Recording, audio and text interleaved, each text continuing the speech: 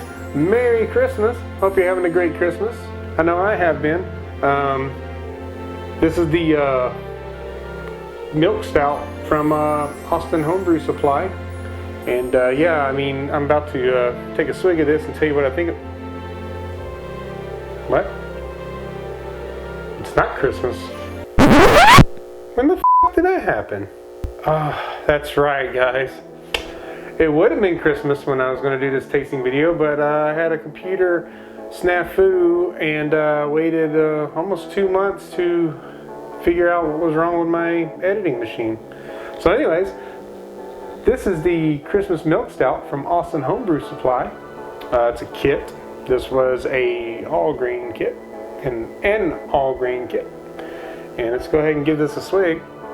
Oh, on the nose it just smells like spices, like kind of like fresh baked cookies. Like, yeah, it's just like a pie cookie kind of smell to it. A little bit of some roast there.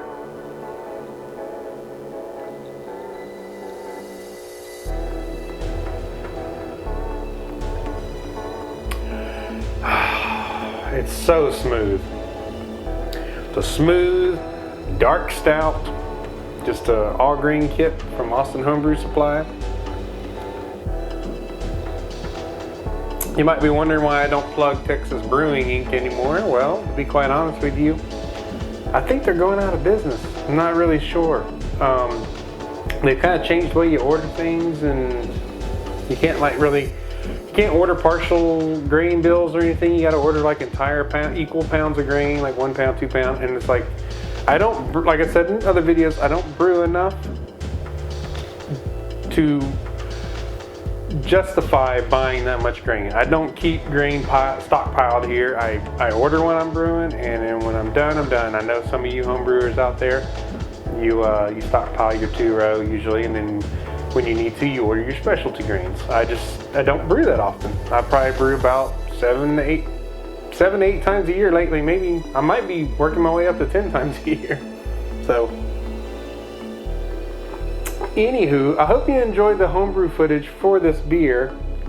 It was really good. It's a really good kit. I'm not affiliated with Austin Homebrew Supply in what shape, form, or fashion, but they are where I order my ingredients from, and they're right in Austin, Texas. And I get my ingredients. I get my ingredients on my porch, technically in like about a day or two. I mean, they get them to me quick. We're in the same state.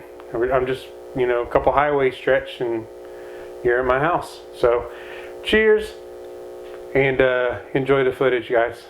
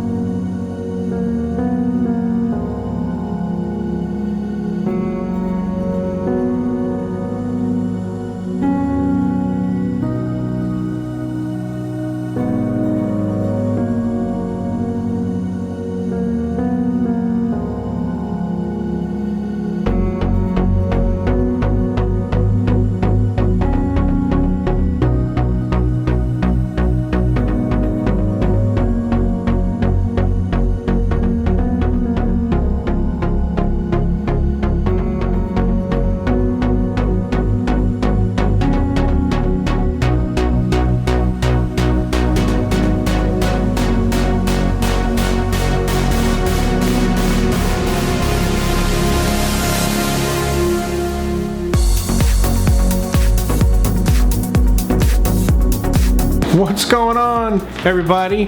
Happy early Merry Christmas to you. Hopefully this video is out before Christmas, but I don't know. I'm waiting on a replacement power supply unit to come in for my computer, so if I get it edited in time, then so be it.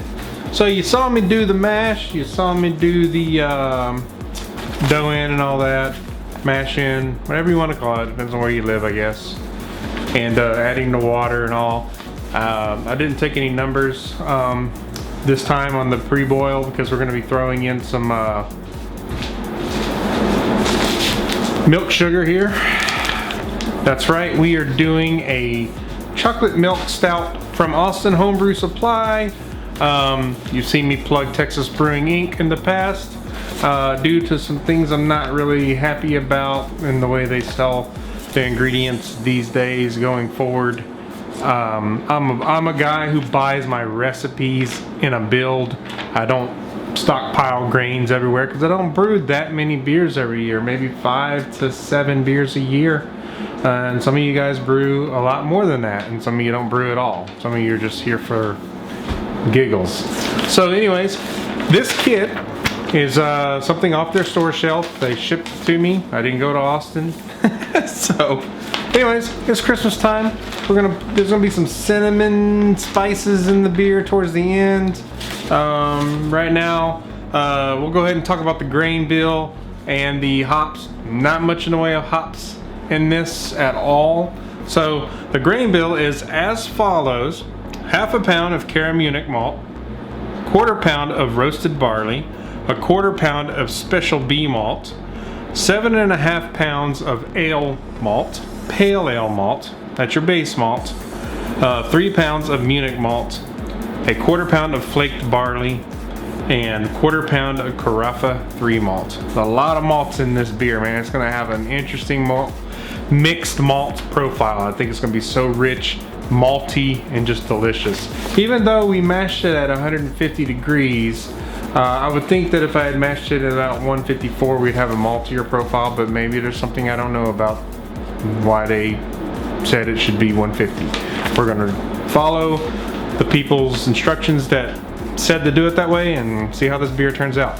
Now, I did take a sample early on. After the mash was done, I did taste the wort, and it was very, very, very sweet. So that tells me we got some good conversion going on that time. I don't need to bust out the iodine and check for starch conversion. You can taste it in that wort.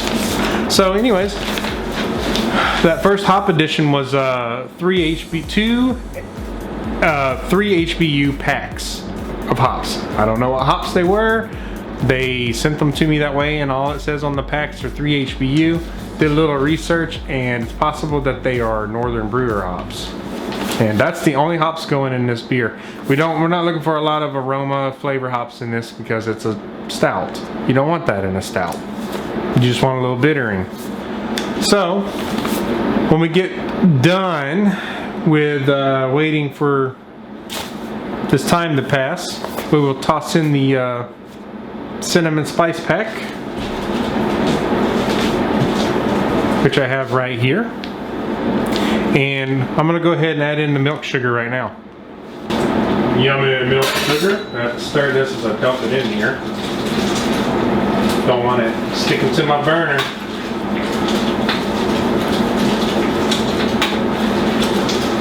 Just gonna wave my magic paddle back and forth here. This stuff is non-fermentable. That means that the yeast will not do anything to it. It is solely being added for texture, mouthfeel, and that's about it, man. A little bit of that smoothness we're looking for in this stout. One of the easiest beginner beers really to make. So if like you're new to home brewing, just getting the ropes, a stout beer is like one of the safest beers you can make. There's not much to them. Basically mostly just malt, boil, throw a little hops in there in the beginning, and that's it. Put it in a fermenter and keep the temperature around 68 degrees, 70 degrees. You're good to go. Don't need any fancy temperature controllers or anything for these ales. I mean, just keep them in a cool place in your home and just monitor to see how cool they are. So we'll get back when we do the cinnamon edition. Alright, with only 15 minutes left in the boil, we're going to go ahead and toss in this holiday ale spice pack. Just dump it on in there. Alright, 15 more minutes and we're done with this beer. I don't know what's in there in that spice pack, but I smell cinnamon and nutmeg for sure. And I got the boil on max boil because I have still a little bit too much liquid in that kettle. My water volume's off a little bit, but this is because I put this recipe in Beersmith. It looks like I'm gonna have to tweak some things in Beersmith a little bit as far as the equipment profile goes. But even with my hood going, this Clawhammer supply system, 20 gallon 240 system, it can boil, man. And that vent hood's going, but there's steam in my shed right now, a good bit. So it's boiling off more steam than my fan's sucking out right now. So that's good to know for future brews. But it smells like Christmas in here, guys. It smells like I'm baking cookies or something, because as soon as that spice pack hit that boil, it smells absolutely incredible. So we'll get back when we're putting this beer in the fermenter, and we will take a final gravity reading. Or we'll take an original gravity reading for this beer. Alright guys, I almost forgot to tell you what the gravity is on this beer. So I did run over to the fermenter and pull a little sample. Nice murky sample there, but that's because it's already got some proteins and stuff pooling at the bottom of the fermenter where this is drawing from. So, but should be a good sample anyways for gravity. So let's go ahead and put the little bit of solution on here. Just coat the lens real good here. Alright. Let's close her up. Take a look. Alright. We're sitting at right at 1060. And according to their recipe, I was supposed to get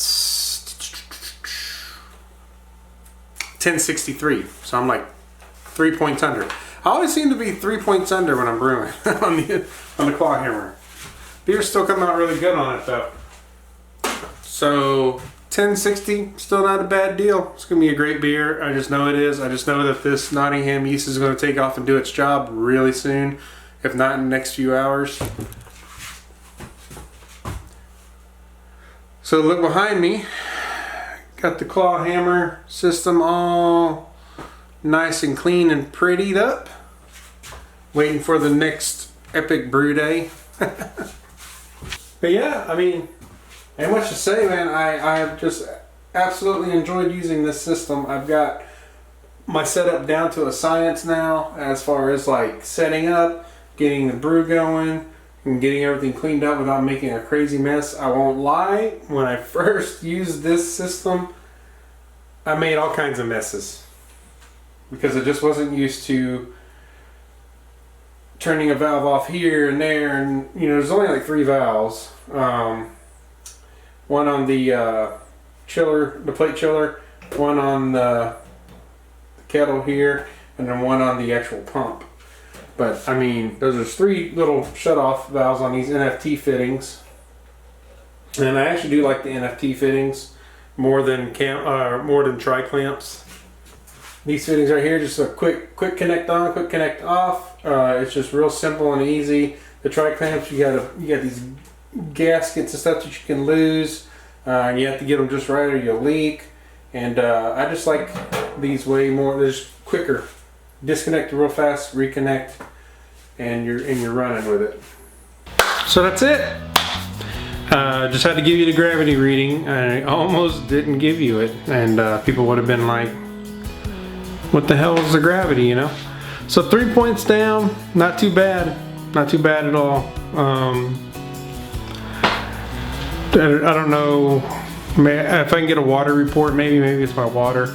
I do add gypsum back to the water because I take all the hardness out of the water with my water softener, and the gypsum adds it back. And if I didn't add gypsum, it'd be way off. Trust me. So, anyways, guys, we'll see you soon. Cheers.